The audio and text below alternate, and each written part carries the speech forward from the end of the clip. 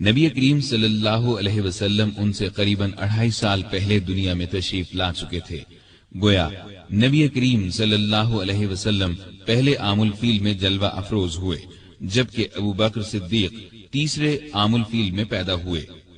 عام الفیل ہاتھیوں والے سال کو کہتے ہیں، یعنی جس سال ابرہہ نے ہاتھیوں کے لشکر کے ساتھ کعبے پر چڑھائی کی تھی اور اللہ تعالیٰ نے ابابیلوں کے ذریعے اسے اور اس کے لشکر کو کھایا ہوا بھوسا بنا دیا تھا۔ باپ نے ان کا نام عبد الکعبہ رکھا، یعنی کعبے کا بندہ۔ اسلام کو نبی کریم صلی اللہ علیہ وسلم نے ان کے اسلام لانے پر بدلا اور عبداللہ نام رکھا، یعنی اللہ کا بندہ۔ لیکن آپ ابو بکر کے نام سے مشہور ہوئے۔ ابو بکر دراصل ان کی کنیت تھی۔ اصل نام کے علاوہ عربوں میں باپ، بیٹے، بیٹی یا ماں وغیرہ کے نام کی نسبت سے ایک اور نام رکھ دیا جاتا تھا۔ یہ نام کسی خوبی کی بنا پر بھی رکھا جاتا تھا۔ ابو بکر کے کسی بیٹے کا نام بکر نہیں تھا۔ ان کی اچھی عادت اور نیکی کے کاموں میں آگے رہنے کی وجہ سے لوگوں نے ان کی کنیت ابو بکر رکھ دی تھی۔ بکر کا ایک مطلب پہل کرنا بھی ہے، گویا وہ نیکی کے کاموں میں پہل کرتے تھے۔ ان کی یہ کنیت اس قدر مشہور ہوئی کہ اصل نام سے بہت کم لوگ واقف ہیں۔ انہوں نے چونکہ ہر موقع اور ہر مرحلے پر نبی کریم صلی اللہ علیہ وسلم کی تصدیق کی کہ آپ سچے رسول ہیں اور جو کچھ آپ فرماتے ہیں بالکل سچ ہوتا ہے، اسی طرح ہر حالت میں، دکھ میں بھی اور سکھ میں بھی انہوں نے نبی کریم صلی اللہ علیہ وسلم کا ساتھ دیا، اسی لیے صدیق کے لقب سے مشہور ہوئے۔ خود رسول اللہ صلی اللہ علیہ وسلم نے انہیں صدیق کے لقب سے یاد فرمایا۔ صدیق سے مراد ہے نہایت سچا، سچائی کے خلاف ہر برائی کے مقابلے میں ڈٹ جانے والا۔ چنانچہ ابو بکر صدیق ہر موقع پر سچے ثابت ہوئے، لہذا صدیق کہلائے۔ ان کا ایک لقب عتیق بھی ہے۔ عتیق کا مطلب ہے آزاد۔ آپ نے انہیں دیکھ کر ایک بار فرمایا، تم اللہ کی طرف سے دوزخ سے آزاد ہو۔ ایک اور موقع پر آپ نے فرمایا، جسے زمین پر دوزخ سے آزاد کیے ہوئے شخص کو دیکھنا ہو وہ ابو بکر کو دیکھ لے۔ اس لحاظ سے ان کا ایک لقب عتیق ہوا۔ ان کا ایک مشہور لقب یار غار بھی ہے۔ وہ غار ثور میں آپ کے ساتھ تھے، جیسا کہ آپ ابھی آیت اور اس کا ترجمہ سن چکے ہیں، تفصیلات آگے آئیں گی۔ آپ خاندان تیم سے تھے۔ قریش کی کئی شاخیں تھیں، ان میں سے ایک کا نام بنو ہاشم تھا۔ نبی کریم صلی اللہ علیہ وسلم بنو ہاشم سے تھے۔ ایک شاخ کا نام بنو تیم تھا، ابو بکر صدیق رضی اللہ عنہ اس سے تھے۔ بنو تیم بھی بہت باعزت خاندان تھا۔ 7ویں پشت میں آپ کا نسب رسول اللہ صلی اللہ علیہ وسلم سے جا ملتا ہے۔ وہ اس طرح کے قبیلہ قریش کے مرہ کے 2 بیٹے کلاب اور تیم تھے۔ کلاب کی اولاد سے نبی کریم صلی اللہ علیہ وسلم پیدا ہوئے اور تیم کی اولاد سے ابو بکر صدیق رضی اللہ عنہ پیدا ہوئے۔ ابو بکر صدیق کے والد کا نام عثمان بن عامر تھا اور ان کی کنیت ابو قحافہ تھی۔ یہ بھی اپنی کنیت ہی سے مشہور تھے۔ کامیاب اور خوشحال تاجر تھے۔ مکے کے لوگ انہیں بہت عزت کی نگاہ سے دیکھتے تھے۔ انہوں نے مکہ فتح ہونے کے بعد اسلام قبول کیا۔ اس وقت ان کی عمر 90 سال کے قریب تھی۔ بینائی جاتی رہی تھی۔ 14 ہجری میں 97 سال کی عمر میں وفات پائی۔ ابو بکر رضی اللہ عنہ کی والدہ کا نام سلمہ بنت سخر تھا۔ ان کی کنیت ام الخیر تھی۔ یہ بھی بنو تیم سے تھی۔ اپنے شوہر ابو قحافہ کے چچا کی بیٹی تھی۔ انہوں نے نبی کریم صلی اللہ علیہ وسلم کی مدینے ہجرت سے چند سال پہلے اسلام قبول کیا۔ لمبی عمر پائی اور ابو قحافہ کے وفات کے کچھ عرصے بعد فوت ہوئیں۔ ابو بکر کے 2 بھائیوں کا ذکر بھی تاریخ کی کتابوں میں ملتا ہے۔ دونوں بچپن میں فوت ہو گئے تھے۔ 2 بہنیں بھی تھیں، ام فروہ اور قریبہ۔ ام فروہ کی شادی اشعث بن قیس سے اور قریبہ کی شادی مشہور صحابی قیس بن سعد سے ہوئی تھی۔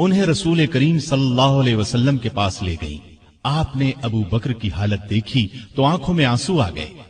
آپ نے جھک کر ابو بکر کی پیشانی چومی۔ اس موقع پر ابو بکر نے اپنی والدہ کے مسلمان ہونے کی خواہش ظاہر کی۔ آپ صلی اللہ علیہ وسلم نے دعا کی اور والدہ نے اسی وقت اسلام قبول کر لیا۔ اس واقعے کے بعد دونوں میں محبت اور بڑھ گئی۔ ابتدائی 3 سالوں میں کچھ اسلام لانے والے ایسے بھی تھے جو مکے کے کافروں کے غلام تھے۔ ان کافروں کو جب اپنے غلاموں کے اسلام لانے کا پتہ چلا تو ان غریبوں پر ظلم کے پہاڑ توڑنے لگے۔ ابو بکر رضی اللہ عنہ کو جب ان پر مظالم کے بارے میں معلوم ہوا تو اپنی دولت خرچ کر کے ان غلاموں کو آزاد کروانے لگے۔